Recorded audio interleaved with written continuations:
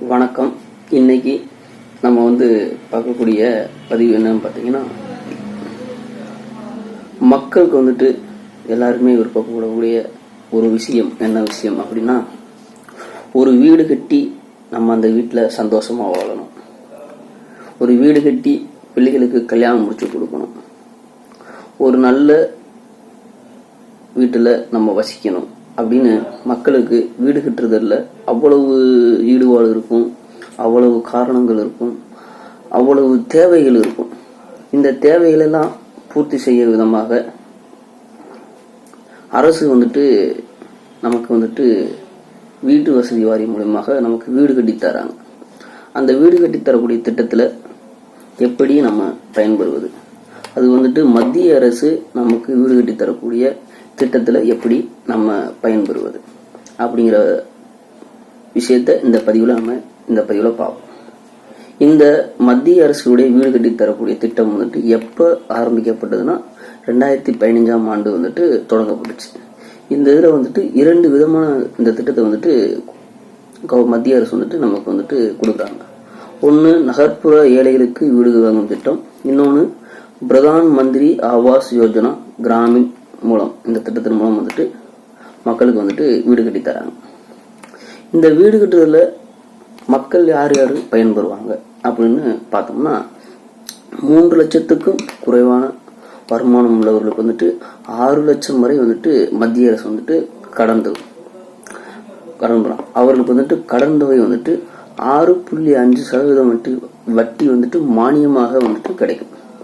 அதே போல 3 லட்சத்திலிருந்து 6 லட்சம் வரை இருக்க வருமானம் வரக்கூடிய குடும்பத்துக்கு 6 லட்சம் வரை மானியம் கொடுக்கப்படும்.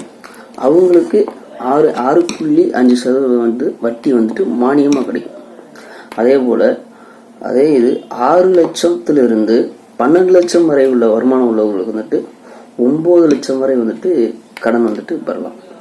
அவர்களுக்கு கடன் தொகை 4% வட்டி பெறலாம். அப்புறம் அதே போல 12 லட்சத்திலிருந்து 18 லட்சம் வரை உள்ளவர்களுக்கு எவ்வளோ தரப்படும்னா 12 லட்சம் மானியம் கொடுக்கப்படும். இதில் வட்டி விகிதம் 3% வட்டி மானியம் இவங்களுக்கு கிடைக்கும். அதே இது 18 லட்சத்துக்கு மேலே உள்ளவங்களுக்கு இந்த திட்டத்தில் தகுதியற்றவர்களாக பார்க்கப்படுது.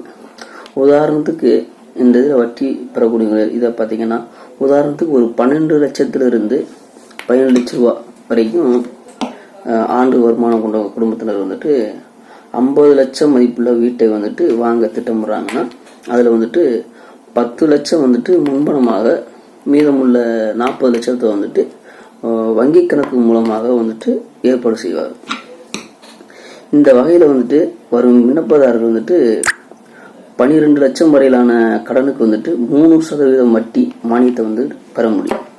அதன்படி பார்த்தீங்கன்னா 3% வட்டினா 12 லட்சம் தொகையை 3% மானியமாக ஒரு 2,30,156 ரூபா மானியம் பெற முடியும்.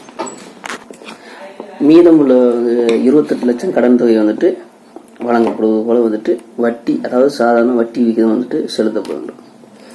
இப்படி மக்களுக்கு இந்த வீடு கட்டும் திட்டத்தை மத்திய அரசு அர்ப்பணிக்கிறது. இந்த திட்டத்தை எப்படி நம்ம பெறுவது அப்படிங்கிறத பற்றி இப்போ பார்ப்போம். pmiss.government.in என்ற இணையதளத்தில் நேரடியாக சென்று இந்த விண்ணப்பத்தை பெறலாம்.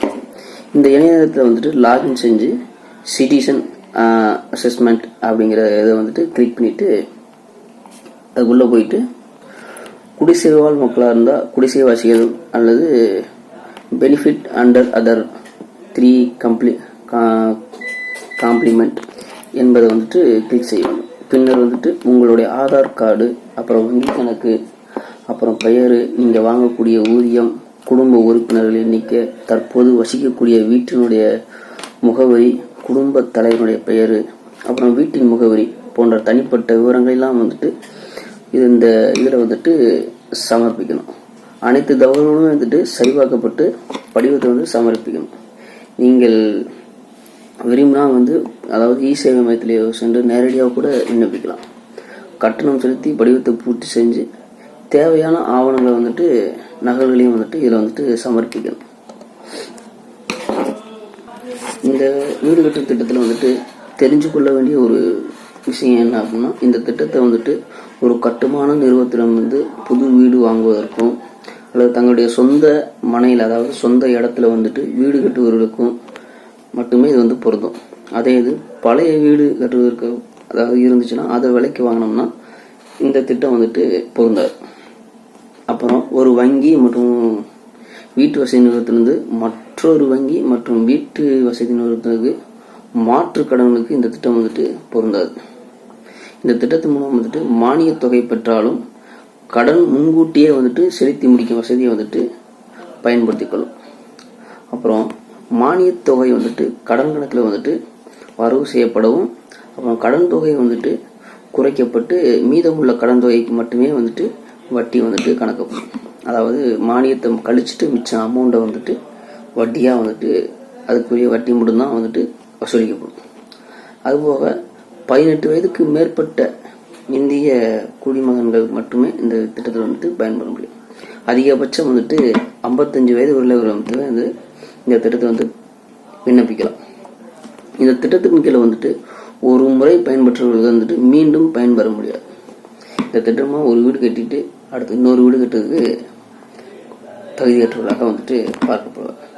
திட்ட பலனை பொறுத்த வரைக்கும் வந்துட்டு இந்தியாவில் எங்கும் அவர்கள் வந்துட்டு இதுக்கு முன்னாடி காங்கிரீட் வீடுகள் கட்டியிருக்கக்கூடாது.